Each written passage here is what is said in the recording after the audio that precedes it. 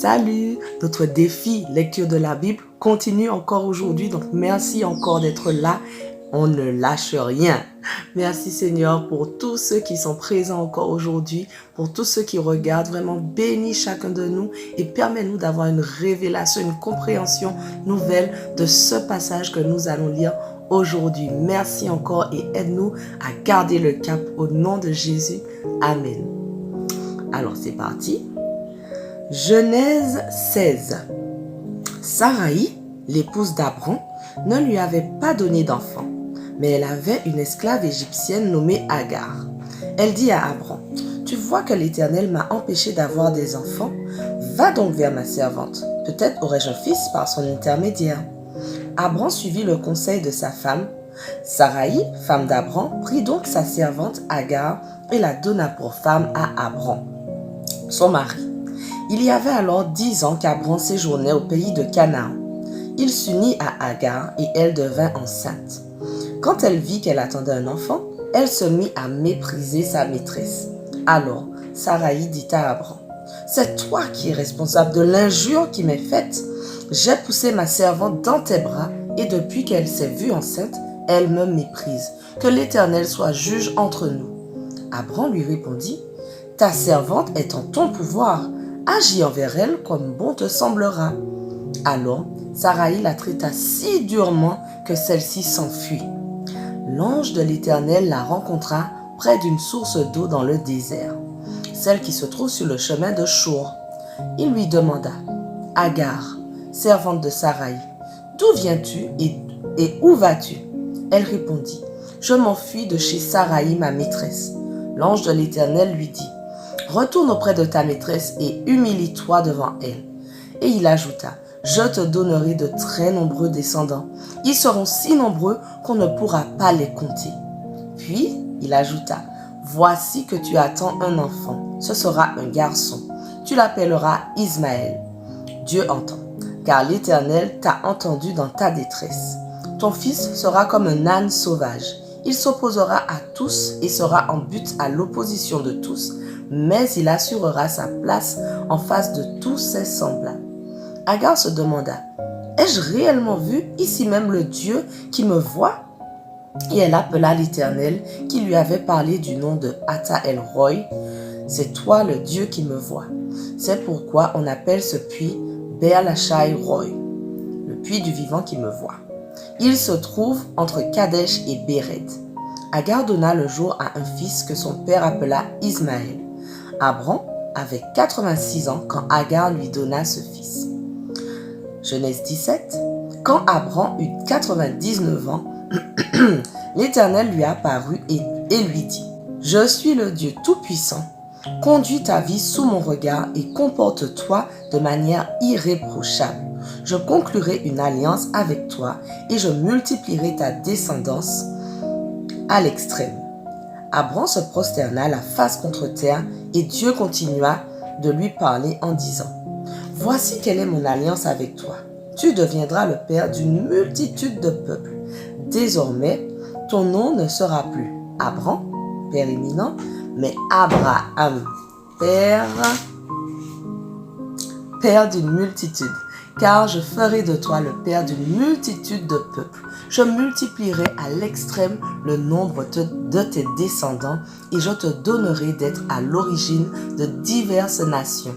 Des rois même seront issus de toi. Je maintiendrai éternellement mon alliance avec toi, puis avec ta descendance après toi, de génération en génération, en vertu de cette alliance. Je serai ton Dieu et celui de ta descendance après toi. Je te donnerai ainsi qu'à ta descendance ce pays de Canaan où tu vis maintenant en étranger et en nomade.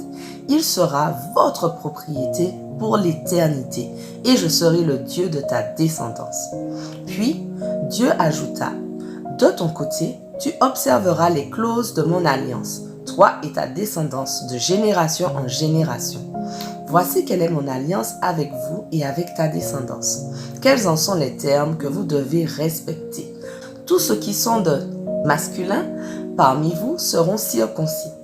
Vous porterez cette marque dans votre chair et cela sera le signe de l'alliance entre moi et vous. De génération en génération, tout garçon devra être circoncis à l'âge de 8 jours. Cela s'applique aussi à tout garçon né dans ta maison et aux étrangers qui auront été achetés comme esclaves et qui ne sont pas de ta descendance. Tous sans exception seront circoncis, qu'ils soient nés dans ta maison ou acquis à prix d'argent. Ainsi, le signe de mon alliance sera gravé dans votre chair. C'est là une alliance à perpétuité. Celui qui n'aura pas été circoncis sera retranché de son peuple parce qu'il n'aura pas respecté les clauses de mon alliance. Dieu dit encore à Abraham, pour ce qui concerne ta femme Saraï, tu ne l'appelleras plus Saraï, ma princesse. Désormais, son nom est Sarah, princesse. Je la bénirai et je t'accorderai par elle un fils. Je la bénirai et elle deviendra la mère de plusieurs nations. Des rois de plusieurs peuples sortiront d'elle.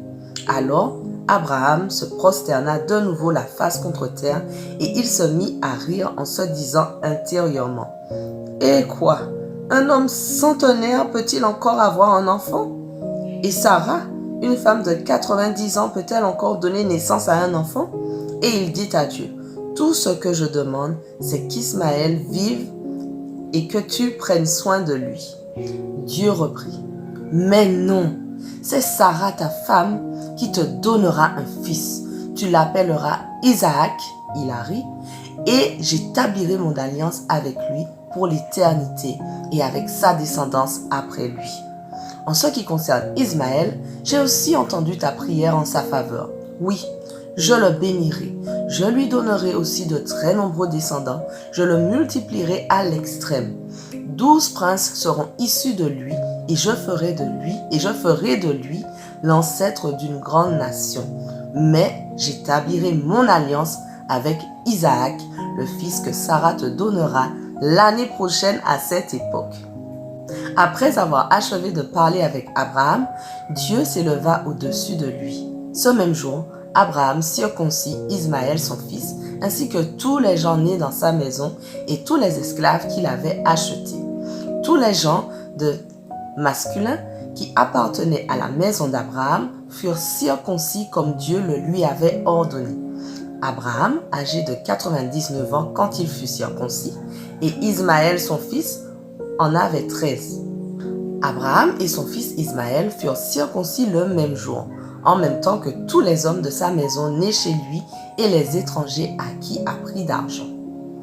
Voilà, notre passage du jour se termine, mais notre défi continue dès demain. Allez, sois bénis.